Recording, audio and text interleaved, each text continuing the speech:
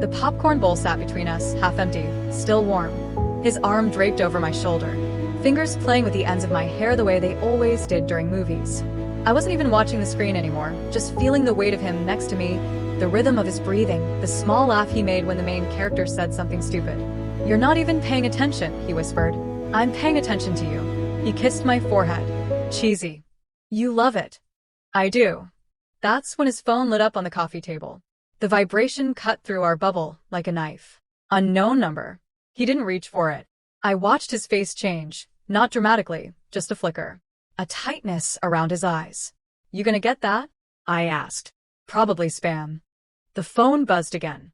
This time a text. I saw it before he could grab the phone. Just 4 words on the lock screen. "Is she asleep?" Call me. He snatched it up, thumbs moving fast, but not fast enough. I sat up straight, pulling away from his warmth. "Who's asking if I'm asleep?" "Babe, it's nothing." "Then show me." "It's just a coworker. Probably needs something for tomorrow's meeting." I stared at him. His eyes wouldn't meet mine. 3 years together, and I'd learned his tells.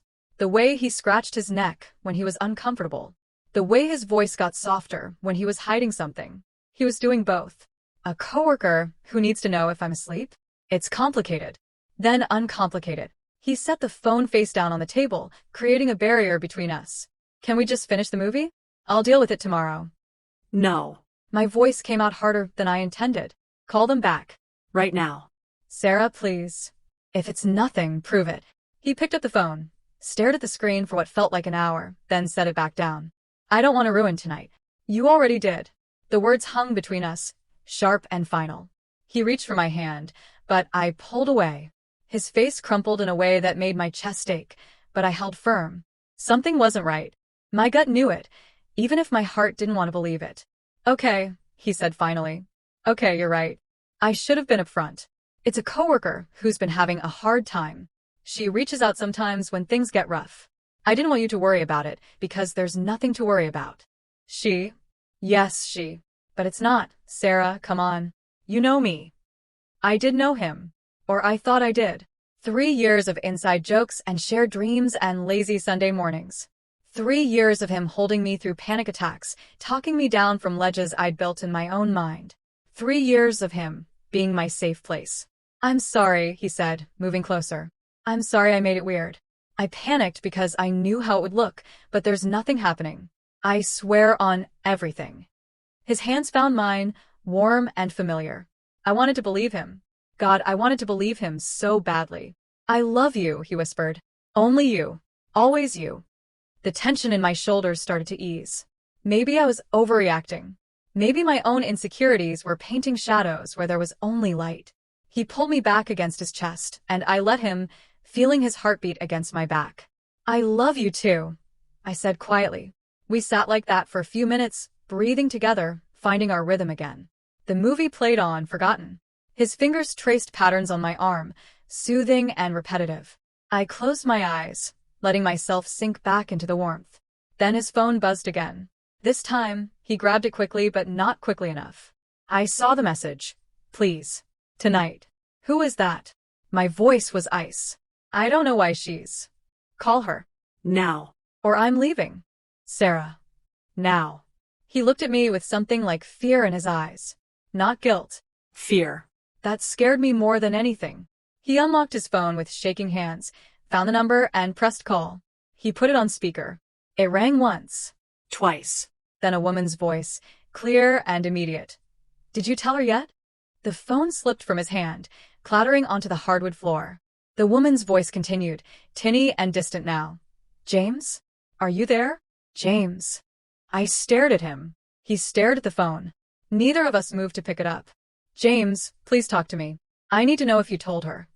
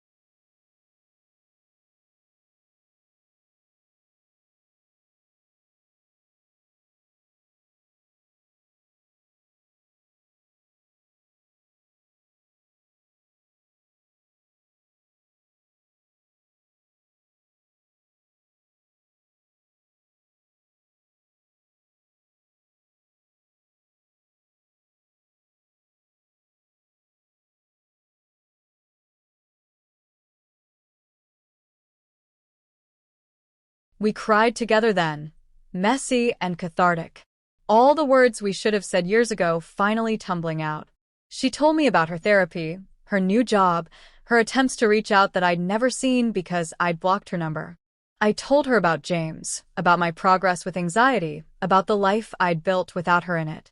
There's something else, Emily said after we'd talked for an hour. Something James might not have told you yet. My stomach dropped. What? About a year ago, he called me. He was upset. He said he was thinking about leaving. Not because he didn't love you, but because he felt like he was enabling your dependence on him. He said he didn't know if staying was helping you or hurting you. The room tilted. He wanted to leave me? He didn't leave. Obviously.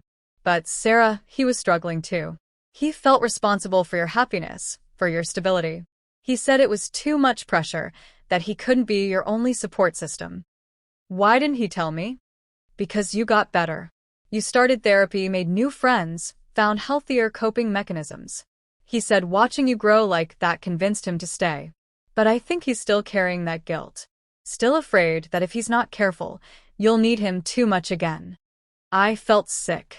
All this time, I'd thought our relationship was solid, built on love and trust. But underneath, he'd been questioning, doubting, considering escape routes. He loves you, Emily added quickly. That much is obvious. But I think he also sees himself as your caretaker. And that's not healthy for either of you. I left Emily's apartment 2 hours later with her number saved in my phone and plans to meet for coffee next week. But the warmth of our reunion was tempered by the cold truth of what she'd revealed. James was still awake when I got home, sitting in the same spot I'd left him. He looked up when I entered, searching my face for clues. "How did it go?" he asked. "She told me you almost left." He went very still. She told you that. "Were you ever going to tell me?" "I don't know. Probably not."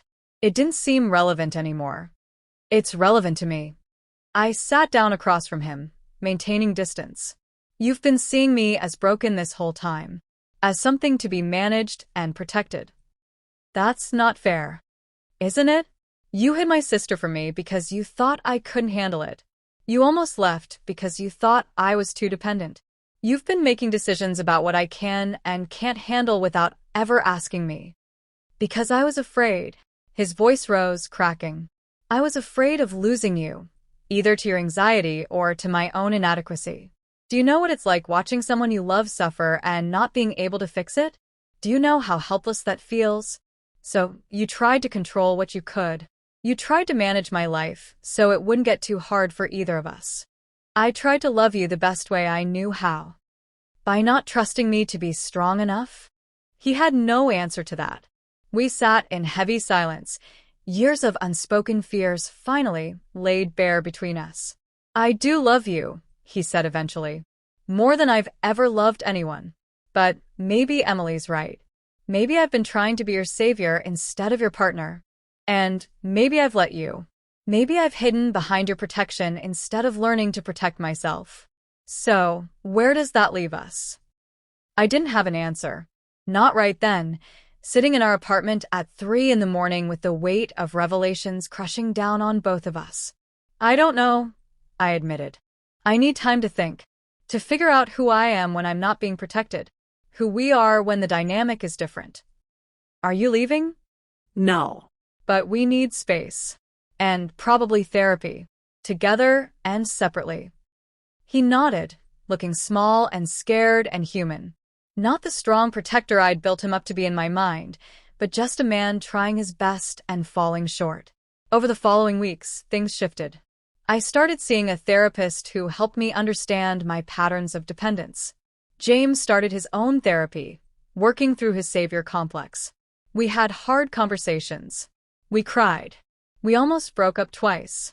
Emily and I met for coffee every Thursday. Slowly, carefully, we rebuilt what we'd broken. She met James properly, and they were awkward but kind to each other. She apologized for telling me his secret. He apologized for using her as a go-between. Everyone apologized for everything. 3 months later, I still don't know if James and I will make it. Some days feel like progress. We laugh again, touch without hesitation, plan futures that include each other. Other days feel like we're strangers learning to share space. But here's what I've learned. Love isn't always loud betrayal. Sometimes it's silent doubt. Sometimes it's good intentions wrapped around controlling actions. Sometimes it's two people drowning and grabbing onto each other instead of learning to swim. James didn't cheat. He didn't lie about feelings. But he did make choices about my life without including me in them. He decided what I could handle when I was ready, who I could see. And I let him. I gave him that power because it felt safer than taking it for myself. Emily once asked me if I thought love could survive without trust. I didn't have an answer then. I'm still not sure I do now. What I know is this: that midnight phone call changed everything. It gave me back my sister. It showed me the cracks in my relationship. It forced me to ask questions I'd been avoiding.